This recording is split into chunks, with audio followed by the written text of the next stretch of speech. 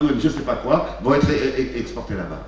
Et donc, voilà où on en est. On est passé, il n'y a plus d'accord de coopération comme par le passé. Donc, l'Union européenne dit, vous voyez, on est sorti du néocolonialisme, c'est fini, mais en réalité, on a mis en place un nouveau dispositif qui est encore pire que le précédent. Vous me volez déjà les questions suivantes, là.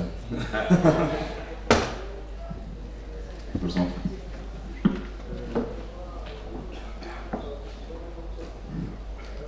Bonjour d'abord. Est-ce que vous m'entendez là? Oui. Je voulais juste rajouter quelque chose à ce qu'a dit mon ami Saïd. C'est vrai qu'on a parlé de rapport de coopération. On n'a jamais parlé de rapport de développement. Donc je crois que les choses doivent être claires. Mais vu de l'autre côté, là où nous sommes en Afrique subsaharienne, on voit que l'Europe s'éloigne de plus en plus de l'Afrique. Et qu'on voit de plus en plus que l'Europe en général n'a pas de politique africaine. L'Europe s'était détachée de l'Afrique, l'Afrique ne l'intéressait plus, et l'intérêt de l'Afrique est venu par la Chine.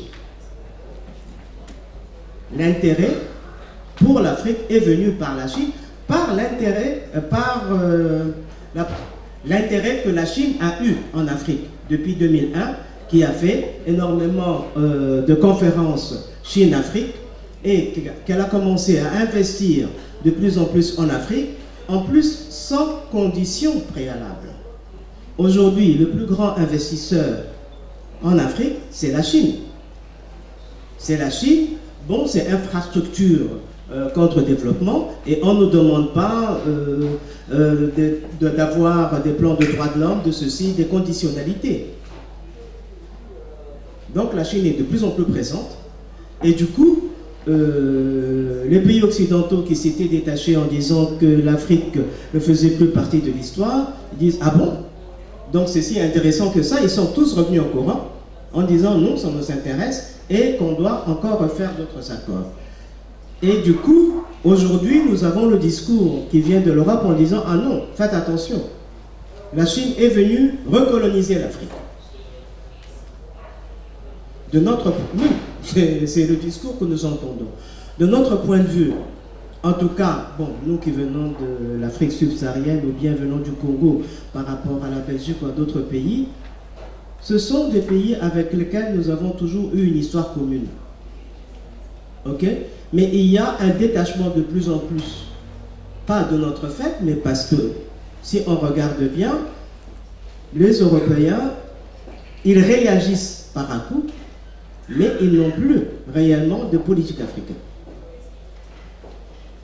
Là, ils sont venus évidemment pour les minerais, ainsi de suite, mais de mon point de vue, c'est un peu tard. Parce que nous avons les accords de Chine-Afrique, aujourd'hui nous avons le Brésil, maintenant nous avons aussi le Japon, Afrique, le TICAD vient d'être... on a eu le TICAD, et on voit que les rapports de la part des Africains sont plus égaux entre guillemets, qu'avec les Européens. Avec les Chinois, avec les Japonais, nous n'avons pas cette condescendance que nous avons toujours eue avec nos rapports avec l'Afrique. Donc, je crois que c'est ça qu'on voit pour le moment dans ce rapport qu'on a entre l'Europe et l'Afrique. Merci beaucoup à tous les deux pour vos réponses. Et justement, ça fait écho à la question suivante que j'allais poser, qui est une question que vous avez évoquée tout à l'heure, Saïd Bourama, qui est sur les accords APE.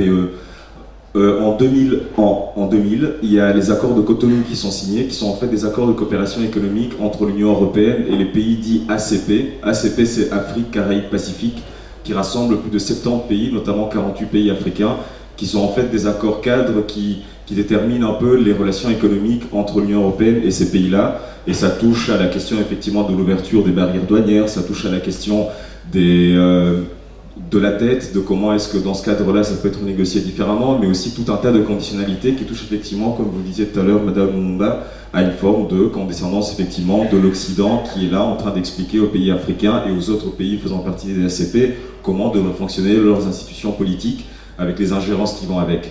Donc cet accord-là a duré 20 ans et je voulais du coup vous demander quel bilan vous en faites de ces accords-là qui ont duré 20 ans et qui sont à expiration d'ici, des nouveaux accords doivent entrer en vigueur en début 2020.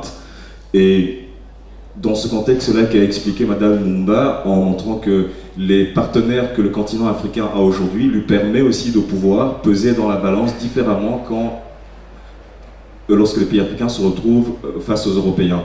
Dans ce contexte-là, comment se passent les négociations de ces nouveaux accords en ce moment, et quel bilan en fait vous faites des précédents accords qui ont duré 20 ans? Je ne sais pas si vous voulez commencer, Madame Mumba. Voilà. Okay, non, en termes de bilan, d'abord, rappelons que ces accords n'ont jamais été des rapports égalitaires. C'était déjà des rapports de mise en dépendance. Simplement, les intérêts de la France en particulier, parce que les premières négociations c'était avec la France et après ça s'est élargi à l'Europe, mais ça s'est fait dans un rapport de force dans lequel les pays africains ont quand même pu imposer des mécanismes de compensation minimum. Les rapports étaient inégalitaires, mais au regard de ce que sont les APE, c'est pas du tout. On est en recul encore par rapport à ces accords. Le bilan de ces accords, il est très clair. On n'a vu aucun des pays africains pouvoir se développer, enclencher un développement autocentré réel à partir de ces accords. C'est ce que vous soulignez. On a eu des accords de coopération, mais pas d'accords de développement. Et donc on a toujours eu cette mise en dépendance qui s'est maintenue. Avec les APE, on franchit un seuil supplémentaire. Et effectivement, on ne peut pas comprendre cela si on ne prend pas en compte le nouveau contexte mondial avec l'émergence des émergents, avec la montée en puissance des émergents, qui offrent des conditions plus égalitaires que les anciennes puissances coloniales. Il suffit de regarder pour la République démocratique du Congo le nombre de kilomètres de routes construites après des décennies de coopération avec l'Europe et le nombre de kilomètres de routes construites simplement depuis quelques années avec les accords avec la Chine. Il suffit juste de prendre un élément concret comme celui-là, les kilomètres de route. Et donc on voit bien que aujourd'hui la peur d'un développement autonome des pays africains conduit à être beaucoup plus offensif. Mais je serais un petit peu moins optimiste que ma collègue, parce que l'Union européenne est très offensive là-dessus. Et elle est très offensive, y compris en n'hésitant pas, pour imposer ses APE, à déstabiliser des pays et des régions entières. Autrement dit, comme ils n'arrivent pas à le faire par la négociation, parce que ce que propose la Chine est plus avantageux et plus égalitaire que ce qu'ils proposent eux, eh bien, ils n'hésitent pas à soutenir tel groupe djihadiste à tel endroit, provoquer telle déstabilisation à tel autre endroit. Ce qui est quand même assez extraordinaire, c'est que tous les pays en Afrique de l'Ouest, par exemple, mais dans d'autres régions d'Afrique également, c'est pour ça que j'ai voulu écrire un manuel stratégique pour avoir un regard global sur l'Afrique, tous les pays qui se sont rapprochés de la Chine en termes de coopération ont connu des difficultés et ont connu des ingérences d'un certain nombre de pays de l'Union européenne. Et donc on voit bien en quoi les APE sont un élément d'un dispositif plus global de reprise en main, parce qu'ils ont peur effectivement de l'autonomie possible de ces pays africains. Moi, ce que je disais, ce n'est pas que je suis plus optimiste par rapport à ce qu'on est des Chinois, mais je dis simplement on a d'autres rapports qui sont différents qu'avec le rapport européen, et on n'a jamais vu un pays se développer avec la technologie des autres. On n'a jamais vu un pays se développer par un autre pays. Cela n'existe pas et cela n'existera pas. Et moi, je pense plutôt que ce qui nous manque à nous, Africains, c'est d'avoir une plus grande solidarité, une plus grande unité africaine pour qu'on puisse avancer ensemble. Et non pas toujours singer ce qui se passe en Europe. Hein, on est formé en Europe, on singe les mœurs européennes, on parle leur langue, et ce n'est pas de cette façon-là que l'on puisse se développer. Et je pense qu'il y a quand même eu certaines avancées, et les Africains en prennent de plus en plus conscience. On s'en est rendu compte à la COP24, qui était très dure et qui a eu quand même des résolutions, mais les résolutions se sont passées comment? Beaucoup de gens ne le savent pas, mais parce qu'on a appliqué l'Inkatha. L'Inkatha, c'est quoi? C'est la palabre africaine. La palabre africaine a été appliquée, c'est-à-dire qu'on prend un certain groupe, on parle avec eux, jusqu'à ce qu'on trouve un consensus entre les Africains et entre les Européens. C'est avec cette technique-là, africaine, qui existe, qu'on a appliquée à la COP24, qu'on a pu avoir des résolutions. Maintenant, est-ce que ces résolutions ont été appliquées? Bon, ça c'est une autre paire de manches. Pour dire que quand nous, Africains, on croit en nous, on croit en nos capacités d'amener quelque chose dans cette mondialisation, on peut obtenir des résultats. Mais je n'ai pas dit que c'est parce que la Chine est venue, parce que le Brésil va venir, parce que la Russie va venir, qu'on va se développer. On va se développer que quand on prendra conscience que nous, les Africains, on a quelque chose à dire, on a quelque chose à mettre sur la table, on assume ce que nous sommes et nous discutons. Et là, nous allons arriver à quelque chose et pas autrement. Oui, monsieur.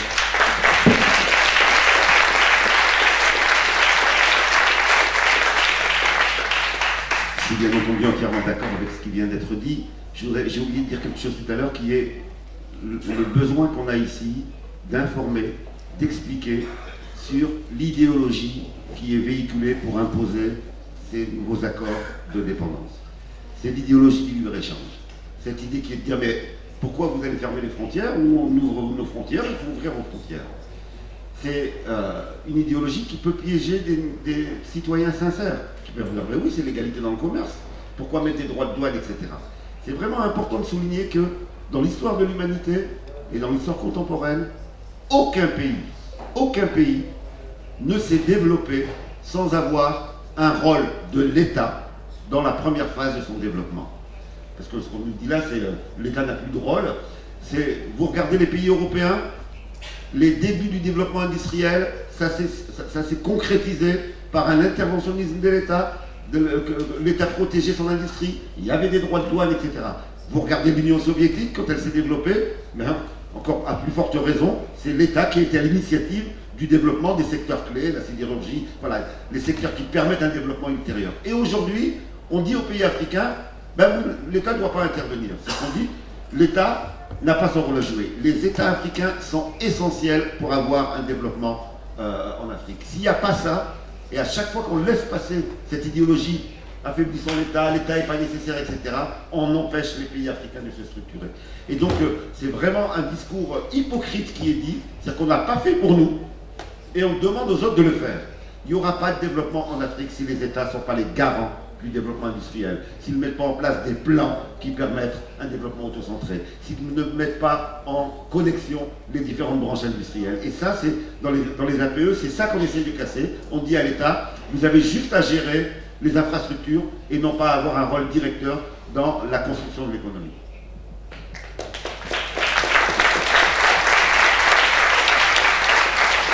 Merci beaucoup. Et je propose de garder ces idées clés en tête parce qu'on va revenir dessus après sur les alternatives, justement sur le rôle de l'État, sur la question justement de comment depuis l'Afrique se définir de manière autocentrée pour penser la suite, pour penser son développement. Mais maintenant, je vais peut-être essayer d'aborder du coup en fait ce qui permet en fait l'impérialisme d'avoir lieu, ce qui lui permet d'avoir lieu d'un point de vue idéologique, c'est que ces rapports de force ne sont possibles que parce qu'on les a normalisés, on les a rendus légitimes. Et un des outils pour légitimer ces systèmes de domination, c'est le racisme notamment. Et le racisme qui a joué ce rôle important dans la traite négrière pendant 4 siècles, pendant l'occupation coloniale pendant 1 siècle. Je voulais du coup peut-être un peu plus demander à Saïd, qu'est-ce que tu penses aujourd'hui de l'usage du racisme pour asseoir l'impérialisme européen sur le continent africain? Alors, pour répondre le plus brièvement possible à ça, parce que c'est une question énorme, c'est extrêmement important d'abord avoir en tête ce que c'est que le racisme. Le racisme, c'est pas simplement le rejet de l'autre. Le racisme est une réalité, une idéologie qui a accompagné la naissance d'un mode de production précis. Auparavant, il y avait des préjugés d'un peuple sur l'autre, etc. Mais la théorisation d'une hiérarchie de l'humanité, on peut la dater historiquement. Elle est datée des débuts du capitalisme, c'est-à-dire du besoin de justifier la conquête de l'Amérique et la destruction des civilisations amérindiennes. Si vous regardez les premières théorisations racistes, elles datent de cette période-là. Il fallait faire accepter au peuple européen qu'on allait détruire des peuples entiers et des civilisations entières sans que ça leur apparaisse comme absolument scandaleux. Pour cela, il fallait diffuser un venin qui mettait ceux qui étaient des êtres humains comme nous à un autre niveau que nous. Voilà l'acte de naissance du racisme. À chaque fois qu'on vous dit le racisme a toujours existé, on vous ment. Il y a eu plein de problèmes dans l'histoire de l'humanité. Mais le racisme est une réalité, une invention contemporaine du capitalisme. Et le racisme, il a eu un double effet. Il s'est adressé aux pays que l'on allait coloniser, ou que l'on allait esclavagiser, ou que l'on allait opprimer, et il s'adressait au peuple des pays colonisateurs. Pour les uns, il s'agissait de leur donner un complexe d'infériorité. La violence totale de l'esclavage et de la colonisation avait comme effet de faire intérioriser une haine de soi, une honte de soi, l'idée qu'on était inférieur à l'autre. Et les progrès dans l'émancipation sont apparus lorsque justement des militants, des combattants ont commencé à dire « mais non, être noir, c'est pas être inférieur à un blanc ». L'intériorisation de la honte de soi, c'est un axe idéologique qui a fait beaucoup de dégâts. Mais du côté des peuples colonisateurs, des pays colonisateurs, on a également, le racisme a eu cette fonction-là, de créer cette fois-ci un complexe de supériorité. Et c'est pas un débat abstrait, c'était des zoos coloniaux avec on allait visiter ça en famille, c'est ce qu'on apprenait dans les livres scolaires, c'est ce qu'on apprenait dans les films, dans les publicités, etc. L'image du noir, l'image de l'arabe, l'image de l'asiatique, etc. C'est profondément imbibé dans les cultures occidentales parce qu'on en avait besoin pour que l'ouvrier occidental qui se bat ici contre son patron ne voit pas le lien avec la personne qui est colonisée. Et donc on a juste cette sens-là. Dans l'histoire de l'oppression, le racisme s'est toujours adressé à ces deux populations. Du côté africain, on a vu progressivement la remise en cause, la prise de